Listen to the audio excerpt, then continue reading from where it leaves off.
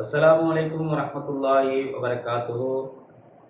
அன்புக்குரிய சகோதரிகளே, ரபுல் ஆலமீன் அல்லாஹ் எங்கள் அனைவர் மீதும் அவனுடைய சாந்தியும் சமாதானத்தையும் பொழிய வேண்டும். அதே போன்று நாங்கள் இன்று 29வது நோன்பை நோற்றவர்களாக நாங்கள் இருந்து கொண்டிருக்கின்றோம். 29 நோன்பு எங்களுக்கு முடிய போகின்றது. நாங்கள் 29 இன்னும் ஒரு அதாவது நாளைய தினம் அல்லது நாளைய மறுதினம் நாங்கள் ஈதுல் ஃபித்ருடைய நோன்பு பெருநாளை எதிர்பார்த்தவர்களாக இருந்து கொண்டிருக்கின்றோம்.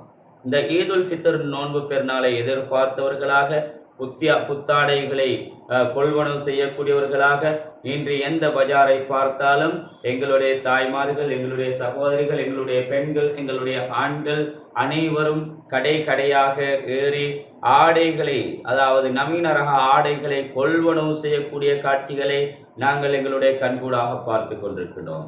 அன்புக்குரிய சகோதரிகளே, நாங்கள் இந்த ரமலான் எங்களை விட்டு பிரிந்து செல்வதற்கு காத்து கொண்டிருக்கின்றது. நாங்கள் விரும்பிய ஒரு மாமலோ நாளையோ நாளை மறுதினமோ எங்களுடைய இந்த ரமலான் எங்களை விட்டு சென்றுவிடும். ஆனால் எதிர்வரக்கூடிய ரமலான்ல நாங்கள் உயிரோடு இருப்போமா இல்லையா என்று எங்களால் யாருக்கும் உறுதியாக அறுதியிட்டு கூற முடியாது. அதற்கு முன்னால், அந்த ரமலான் எங்களை சென்றடைவதற்கு முன்னால் நாங்கள் உள்ளத்திலே கையை வைத்து கேட்க வேண்டும். இஸ்தஃப்தி கல்பக், நீங்கள் உங்களுடைய கல்விலே கையை வைத்து கேளுங்கள். நான் இந்த ரமலானை அல்லாஹ் விரும்பக்கூடிய முறையில செலவழித்தேனா? அல்லாஹ் விரும்பக்கூடிய முறையில இந்த ரமலானோடு என்னுடைய தொடர்பை உருவாக்கி கொண்டேனா என்று நாங்கள் ஒவ்வொருவரும் ஒரு கணம் எங்களுடைய உள்ளத்திலே கையை வைத்து கேட்க வேண்டும். அதே போல அன்புக்குரிய உறவுகளே, நாங்கள் ஆடைகளை கொள்வனவு செய்யும் பொழுது எப்படியான ஆடைகளை கொள்வனவு செய்ய வேண்டும் என்று இஸ்லாம் காட்டி தந்திருக்கின்றது. பெண்களுடைய ஆடைகள் எவ்வாறு இருக்க வேண்டும்? ஆண்கள் என்றால் ஆண்களை பொறுத்தவரையில் பிரச்சனை இல்லை. ஆண்களுடைய ஆடைகள் சரியான ஆடையைத்தான் ஆண்கள் இன்று வரைக்கும் தெரிவு செய்கின்றார்கள்.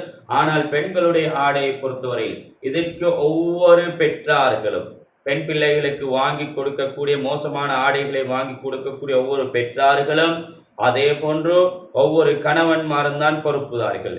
எந்த அளவுக்கு என்றால், சென்ஃபானி மின் அஹ்லின்னார், ரசூலுல்லாஹ் சொன்னார்கள், 2 கூட்டத்தினர் நரகவாதிகள் என்பதாக சொன்னார்கள். முதலாவது கூட்டத்தினர் யார் என்றால், காசியாத்துன், அவர்கள் ஆடை உடுத்திருப்பார்கள்.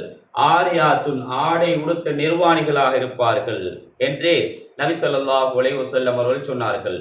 கண்ணியத்துக்குரியவர்களே, இன்று எங்களுடைய பெண்கள் அவருடைய ஆடைகளை உடுத்தால் உள்ளே அணிந்திருக்கக்கூடிய ஆடைகள் அப்படியே வெளியே தெரியக்கூடிய காட்சிகளை நாங்கள் பார்க்கின்றோமா இல்லையா? பார்க்கின்றோம். வெங்காய சரகு போன்ற ஆடைகளை தெரிவு செய்கின்றார்கள். வெட்கம் கட்ட, ரோசன் கட்ட பெண்கள் வெங்காய சரகு போன்ற ஆடைகளை தெரிவு செய்து உள்ளே போட்டிருக்கக்கூடிய ஆடைகள் தெரியக்கூடிய அளவுக்கு எந்த விதமான வெட்கமும் இல்லாமல் அவருடைய அந்த ஆடைகளை அணிகின்றார்கள். அதே போன்று மிகவும் சைட் 2 புலந்த, மிகவும் அதிகமாக புலந்த ஆடைகளை தெரிவு செய்து அப்படியான ஆடைகளை எல்லாம் கொள்வனவு செய்யக்கூடியவர்களாக கேவலமான முஸ்லிம் பெண்கள், முஸ்லிம் சகோதரிகள் எமது சமூகத்துக்கு மத்தியிலே இருக்கின்றார்கள். இப்படியான ஆடைகள் தவிர்க்கப்பட வேண்டும்.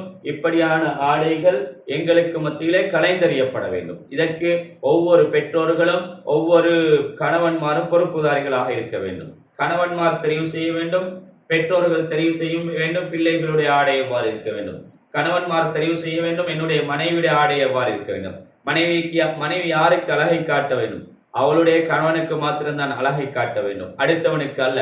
அடுத்தவனுக்கு அழகை காட்டுவதற்காக வேண்டி சைட் 2 புலந்த ஆடைகள், அதே போன்று உள்ளாடைகள் தெரியக்கூடிய சருகு போன்ற மெல்லிய ஆடைகளை ஏன் உடுக்க வேண்டும்? அவர்கள் கணவனுக்கு முன்னால சருகு போன்ற ஆடைகளை உடுங்கள், கணவனுக்கு முன்னால சைட் 2 புலந்த ஆடைகளை உடுங்கள், எந்த பிரச்சனையும் அல்ல. அது ஒரு குற்றமாக தெரியப்படுத்தப்பட மாட்டாது. இந்த விடயத்தில் ஒவ்வொரு பெற்றோர்களும் ஒவ்வொரு கணவன்மாரும் கரிசனையாக இருக்க வேண்டும். அதே போல எங்களுடைய கிராமத்தில் இருக்கின்றார்கள் வசதியற்ற ஏழைகள் இருக்கின்றார்கள். பெருநாளுடைய ஆடைகள் கொள்வனவு செய்வதற்கு வசதியற்ற எத்தனையோ பெண்கள் எத்தனையோ குடும்பம் இருக்கின்றது. அந்த குடும்பங்களை பார்ப்பது நிர்வாகத்தினுடைய கடமை, பள்ளிவாசல் நிர்வாகத்தினுடைய கடமை, ஊர் மக்களுடைய கடமை, பக்கத்து வீட்டார்களுடைய கடமை. நீங்கள் உங்களுக்கு ஆடை கொள்வனவு செய்யும் பொழுது பக்கத்து வீட்டிலே அல்லது கிராமத்திலே உள்ள ஏழைகளை தேடி நீங்கள் ஆடை வாங்கி விட்டீர்களா அல்லது ஆடை வாங்கவில்லையா கேட்டு அவர்களுக்கும் ஆடைகளை வாங்கி கொடுங்கள். அதன் மூலமாக அவர்கள் சந்தோஷமாக அந்த பெருநாளை கொண்டாடலாம். இல்லாவிட்டால் நீங்கள் அவர்களை பார்க்காவிட்டால் அவர்களுக்கு நீங்கள் ஆடைகள் கொள்வனவு செய்யாமல் அவர்கள் பழைய ஆடைகளோடு இருப்பார்கள் என்றிருந்தால் அதற்கு நீங்கள் அல்லாஹ்விடத்தில் ஜவாப் சொல்ல வேண்டும். நீங்கள் உங்களுக்கு லட்சக்கணக்கான பொறுமதியான ஆடைகளை வாங்குகின்றீர்கள், அவர்களுக்கு ஏன் ஒரு ஆடை வாங்கி கொடுக்க முடியாது? இதனைத்தான் இஸ்லாம் கற்றுத் தருகின்றது, இதனைத்தான் இஸ்லாம் கற்றுக் கொடுக்கின்றது. அதே போல கண்ணியத்துக்குரிய சகோதரர்களே, அதே போல என்ன செய்ய வேண்டும்? ஒவ்வொரு பள்ளி வாசலுடைய நிர்வாகம், ஒவ்வொரு தனவந்தர்களும் பள்ளி வாசல்ல கடமை செய்யக்கூடிய 30 நாட்கள் ஏறக்குறைய தராவீஹுடைய தொழுகை, கியாமுல் லைல், பயான், இன்னொரு பல நிகழ்ச்சிகளை உங்களுடைய பள்ளி வாசலுடைய கண்ணியமான முஅத்தின்கள், கண்ணியமான உலமாக்கள் செய்திருப்பார்கள். அவர்களுடைய விடயத்தில் நீங்கள் கரிசனையாக இருக்க வேண்டும். அவர்களுடைய விடயத்தை நீங்க பார்க்கவில்லையா? அவருடைய விடயத்தைக்கு நீங்க அவருடைய குடும்பம் எவ்வாறு இருக்கின்றது? அவருடைய குடும்பங்கள் ஆடைகள் வாங்கி விட்டார்களா? அவருடைய பிள்ளைகளுக்கு உடைகள் வாங்கி விட்டார்களா? இதை நீங்கள் கட்டாயம் அந்த உலமாக்களோடு, அந்த முஅத்தினோடு நீங்கள் கட்டாயம் நிர்வாகம் மற்றும் ஊர் மக்கள் தனவந்தர்கள் கட்டாயம் அவர்களை சந்தித்து அவர்களோடு கலந்தாலோசனை செய்ய வேண்டும். அவரிடத்துல கேட்க வேண்டும், ஹதரத் என்ன செய்யுது, நீங்க ஆடைகள் வாங்கி விட்டீர்களா?